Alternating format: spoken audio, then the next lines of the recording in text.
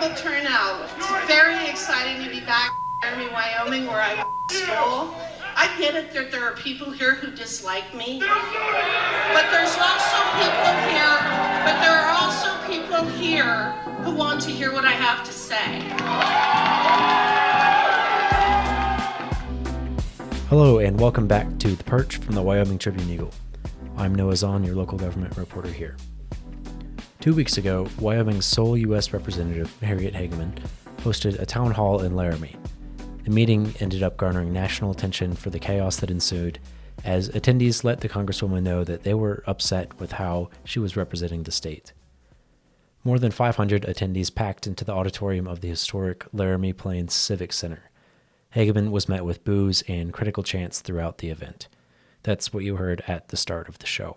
Some constituents stood and clapped for Hageman, but they were outnumbered and drowned out by those who opposed the Congresswoman's policy positions and actions in the nation's capital. Hageman called the disgruntled constituents at the event hysterical. You guys are going to have a heart attack if you don't calm down. I'm sorry. Your hysteria is just really over the top. Following this, she hosted one more in-person town hall in Wheatland before announcing that she would transition to town halls conducted over the telephone, called tele-town halls. She cited the safety of herself and her staff as the primary reason for making the switch. In a press release announcing it, she wrote, "As the saying goes, this is why we can't have nice things." On March 11th, I voted in favor of the continuing resolution, or CR, which extends funding through the fiscal year until September 30th. It keeps the lights on for President Trump and DOJ to continue their work.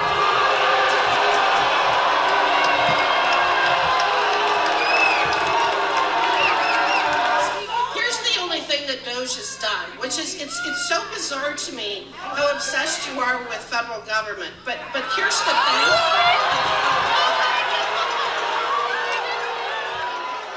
Hageman said that one attendee at the town hall in Wheatland followed her after the event, leading to a physical confrontation with her staff. Platte County Sheriff David Russell told the WTE that his confrontation was with a local woman in her 60s or 70s who was getting too close to Hageman as she was leaving. However, she was never charged with a crime for her actions. Hageman also said there was a swatting incident at her residence in Cheyenne. And for those who don't know, swatting is the false reporting of an emergency to public safety by a person with the intent of getting a response to a location where no emergency actually exists. But Cheyenne Police Chief Mark Francisco said he was unaware of any swatting incident that occurred at their Congresswoman's Cheyenne residence. However, when Hageman made the move to a virtual town hall, she used the opportunity to criticize the National Democratic Party, saying its members had created unsafe, violent environments at her town halls. Other than the comments Hageman made in her announcement of the switch from in-person to tele-town halls, there have been no reports of violence between attendees at any of the events the Congresswoman held in March. At the beginning of March, U.S. House Speaker Mike Johnson encouraged Republican lawmakers to stop hosting town halls, echoing President Trump's claims that the demonstrations are fueled by professional protesters. Despite this, Hageman continued to host in-person town halls until last week. In my reporting on this, members of Wyoming's Democratic Party have told me that it's very telling that a representative in the nation's most conservative state is still facing ardent pushback from its residents in her state. In response, the Laramie County Democratic Party, with the Wyoming Democratic Party, put together an in-person town hall in Cheyenne, scheduled at the same time that Hageman's tele-town hall was. The vice chair of the Laramie County Democratic Party, Meg Varalhami, told me why she wanted to help put this event together. We're filling in the gap. Our state representative, our federal state representative, she represents the whole state, didn't manage to come and do an in-person event with us. And the biggest problem I have with that is most of our elected officials are supposed to cater to the entire state, to the entire constituent base. But what I've noticed lately is that our representatives only want to hear from those who've already voted for them. Listen, they don't have to convince the voters that already voted for them. What they really need to convince is the rest of us that we should have voted for them. And when they don't show up, it just kind of confirms that we were right not to vote for them. So we're really trying to give an opportunity for the people who either she won't listen to, Representative Hageman won't listen to, or the people that just say, hey, look, you're doing something strange. We really want to have answers. Can you please answer them? And the response we've just noticed is she runs away. And some of the concerns that other people have had are that, like the one in Laramie, that it was like too chaotic to get anything done. Do you think there's issues on both sides? Do you think that was not the proper way to approach a public event in the most productive way to do that, you think? Well, I could argue that, that's not the productive way. Sure, the problem is I don't want to tone police anyone because we are really angry. A lot of people are really frustrated and angry, especially with the current administration. And when people just go, you okay, and they pat you on the head, that frustrates people. And their voices raise, and they get angry, and they're like, why aren't you doing anything? So you're absolutely right. It may not be as productive, but sometimes screaming is the only way to get someone's attention. And, then they don't stand up for that, and again, they run away.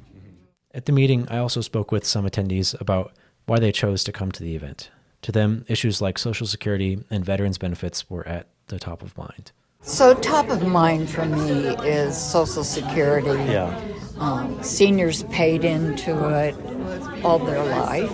It is a fund that we paid into, should be there for our retirement, and then equally so our veterans. And what they did for our country. My husband was a World War II veteran. They made sacrifices so that we could be here today in a democracy. I'm concerned about what's happening to the veterans, too. Sure. Veterans. You are a veteran? No. Yes. What if she was here, what would you have wanted to say to her? What are they going to do for the veterans? How is she going to protect them after what we've heard about them taking away a lot of the perks that they have or benefits? What is she going to do to protect that, or is she?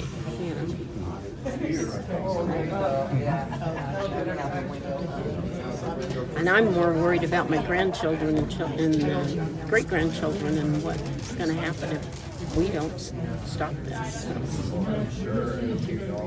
Do you have any hope for change, or do you think it's just in a downward It's direction? scary right now. It's very scary, and it bothers me for my grandchildren. So right now, no, I don't, but I'm hoping that it'll change. Sorry. I think that's part of the problem is we use labels. Democrat, Republic, which only separates us and keeps us from achieving the things we'd like to achieve, where if we could just look at each other as the same and this is what we want to work for, we could accomplish things. I also stepped out of the meeting for a bit to tune into Hageman's town hall. Over 1 hour, Hageman fielded 16 questions that had been previously submitted by those who listened to the live call. At the end of the event, she said she hopes to resume in-person town halls in April. Hello, everyone. This is Harriet Hageman, and I want to thank you for joining us this evening. This is actually my 76th town hall. I have done 75 of them in person, and tonight we made the decision that we would do this route for a couple of reasons. One is that it seems that the temperature is getting a bit high, not only in Wyoming, but throughout the country, with efforts to disrupt town halls. And the concern that I have there is that my town hall is solely for the purpose of exchanging information. And when they devolve into the kind of situation that we had in Laramie last week, it becomes very difficult for me to engage with my constituents. I've indicated that I'm going to start doing in-person town halls again, probably as recently as April, if we can get the temperature turned down a little bit and make sure that we can provide for the safety and security of people who attend. I really did want to go forward with this town hall tonight to engage with folks right here in my home county of Laramie County. I appreciate your attention. Again, if you need anything for a federal agency, get a hold of my staff. And I look forward to seeing you out and about. While Hageman was able to host an uninterrupted conversation over the phone, Some people told me that they would have liked her to answer constituents face-to-face and not have the time to prepare answers to questions beforehand. However, others reached out to me with a completely different concern. To listen to the tele-town hall, attendees were required to fill out an online form with their name, email address, and physical address. They were also given the option to submit a question there. Around 15 minutes before the meeting began, those who signed up received an email with a phone number to call to access the meeting. However, following the town hall Friday, several people reached out to the WTE saying that they had signed up for the call, but never received that email containing the information on how to listen to the call. Several county residents were even able to call Hageman's office to confirm that they had submitted the correct name and email address, but still did not receive that email. Some have speculated that this was a purposeful move to exclude certain people from listening to the public town hall, but that wouldn't have really made a difference since those listening to the call did not have an opportunity to speak. It could also have been a technical error, but when I contacted Hageman's office about this, they did not say there were any technical errors when I asked them about it, or whether tele-town halls would be conducted any differently going forward. All I received back from them was an email statement that read, "All Laramie County residents who signed up using the online form received outreach to join the tele-town hall. Over 1,000 people joined the call." That's all from my reporting on Hageman's tele-town hall over the past week. All right, now I'm here with Taylor Staples, our arts and entertainment reporter, to bring us a roundup of some upcoming events in Cheyenne and the county. Thanks, Noah. So for today, April 4th, there's a free Better Together Connecting Through Understanding conference at 9 a.m. at the Laramie County Community College in the Pathfinder building. There's also day one of the Jump Into Jewels fundraiser from 4:30 to 6:30 at My Front Door on Nation Way. Then the Lovejoy String Quartet will perform House Music 2 at the Historic Atlas Theater starting at 7 p.m., and the New Lincoln Sound Sessions event will kick off with Corey James Grubb at 8 p.m. at the Lincoln. Then on Saturday, April 5th, there's the Winter Farmers Market from 9 a.m. to 1 p.m. at the Cheyenne Depot, and also day 2 of Jump Into Jewels from 10 a.m. to 2 p.m. Then the Wyoming State Museum will host their monthly Family Day from 10 a.m. to 2, and the theme this month is Wyoming Wings.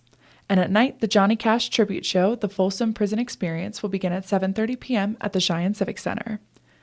On Sunday, April 6th, there will be a library fundraiser at Barnes & Noble from 10 a.m. to 7 p.m., and Cats and Coffee Connections will have a diamond painting Easter egg event from 1 to 3. On Monday, April 7th, there's a Laramie County Retired Education Personnel event at 11:45 a.m. at the Red Lion Hotel. Then on Tuesday, April 8th, the Cheyenne Women's Connection will host a Life, What an Adventure talk starting at 9:30 a.m. at the Red Lion. And the library will have a Bad Art Night event from 4 to 7. On Wednesday, April 9th, the library will host a Hook and Needles Craft Night event from 5:30 to 7:30, and AARP Cheyenne will have a community group meeting from 12:30 to 2 at the Wyoming State Museum. And finally, on Thursday, April 10th, Thankful Thursdays will commence once again at the Lincoln Way Event Hall with AmVets Post Number 10, the Veterans Assistance Fund. The doors will open at 4 p.m. for that.